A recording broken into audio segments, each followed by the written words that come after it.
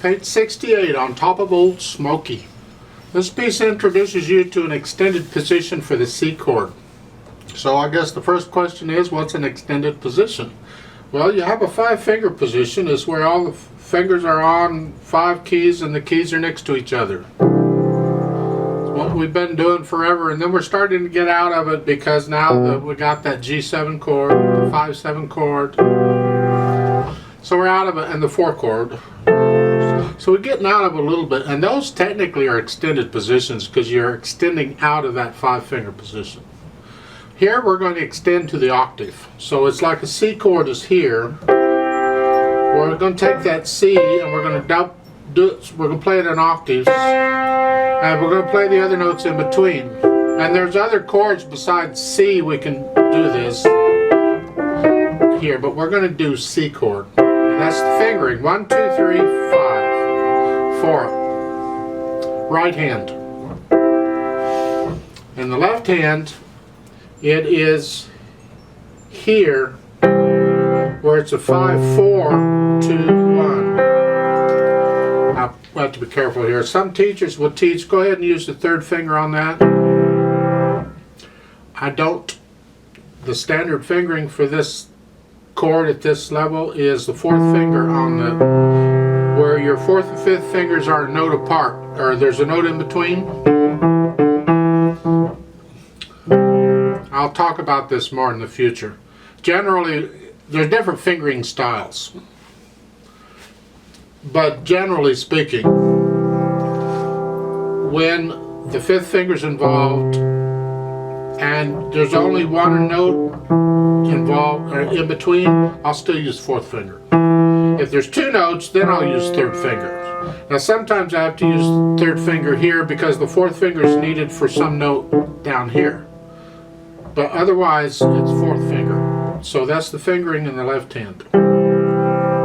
That's what I'm encouraging you to use. On an extended position, on a regular one, it's just 5, 3, 1. I show at the top of the page about the intervals. You go up a 3rd, you go up another 3rd, and then you go up a 4th from there, and you get it.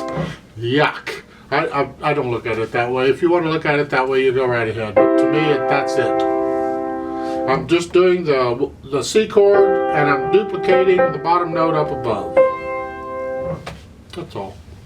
Now, they talk about block chords and broken chords just briefly. A block chord is when you play all the notes at the same time in the chord. And it could be any number. They're using the C chord, the 1 chord, the 4 chord, the primary chords. At the same time, the block. A broken chord is anything else. There's all kinds of patterns for broken chords. The one they're showing is typical. It's just the notes one at a time, going up or going down. You can go either direction. I can go down too, because I'm good. I can do it. And those are broken chords. On Top of Old Smoky, we're using the broken chords. Look at the first line there. Left hand, we have the 4 chord. If you take all those notes at one time, it's a 4 chord, an F chord. And when I play these, I'm transferring my weight from finger to finger. The wrist will move, and it just happens. I don't make the wrist do anything. It does whatever it wants to do. I'm just transferring the weight from finger to finger, and it's a circular motion when you do it. It's best to do this in both hands. You can do it in mirror or together. I can do it this way. I can do it together. Just get the idea of, don't hold your wrist still and try and use the fingers to do this. No. Transfer the weight. That's really it for the left hand. That's all the left hand is doing throughout this whole thing. Just the primary chords, just broken chords throughout. The right hand gets the extended chord right at the beginning. That's the extended chord. You're not going to stay in that position. You could be moving around a little bit, because after you play that high C, the next note is an A with 3rd finger. So you're collapsing the hand into a 5-finger position here. So it's to here. And you're going to stay here for a little bit. Second line, after these G's get done, you're holding them forever. Then it's between a phrase. You can lift up and move. Just go back down to the C position. Like so. So your hand's going to move around a little bit. There are eighth notes at the top of page 69. So it's here. 1, 2, 3, 1, 2, 3, and 3 and 1 and 2 and 3 and. When it gets to going fast, there isn't time to go and in between them. So I just think the and. It's a 1, 2, 3, 1, 2, 3, 1. So I can just think it. Same thing at the bottom of the page, the eighth note. You have a lot of tied notes. Make sure you hold them down, the full ties. The fermata at the end, at the bottom of page 69, I'm going to hold that right hand C for 4 counts instead of 2, because I'm going to play this with a metronome. As far as, I guess we should take a look at this. We did the chords, we did the fingering a little bit. I need to backtrack. I should have looked at the time signature first. What is it? It's 3/4 time, so we're only counting the 3. And again, we want that natural accent at the beginning of each measure. 1, 2, 3, 1, 2, 3. So at the beginning, when the right hand plays those 2 C's, the natural accent's on the second C. 1, 2, 3, 1, 2, 3, 1, 2, 3. Now the left hand, when it plays, can help. 1, 2, 3, 1, 2, 3, 1, 2. And again, don't try and accent it, just feel it. So it's 1, 2, 3. Because if you don't 1, 2, 3, then whoever's listening will think the first C is the first beat. 1, 2, 3, 4, 1, 2, what? 3, 1, 2, 3, 1, 2, 3, 1, 2, 3, 1, 2. Right hand has a melody, so you can play the right hand louder than the left. We want to hear this. Even though you got all this going on, keep it soft.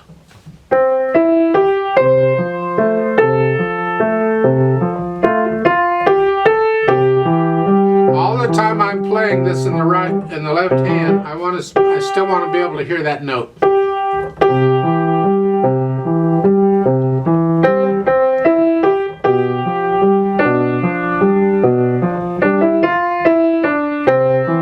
So keep the left hand down. Most people would play it this way.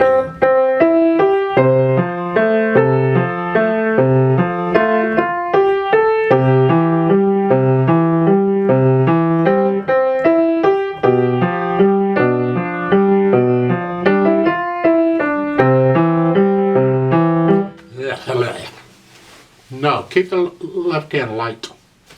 As far as the dynamics go, they give you a medium loud at the beginning. That's the melody. And I don't see any other dynamic in here. So it's up to you to up and down it. They do give you a diminuendo at the end. So you can kind of die away on each note, get a little softer. Then on top of all of that, after you got all that learned, you got the notes and the rhythms and the fingering and all that stuff and the phrasing and everything. Now we add the pedal. They're adding pedal most of the time when the left hand is doing the broken chords, it looks like. So on the first line there on page 68, when it comes in, I'm going to push the pedal down right after I play the notes. I'm going to leave it down.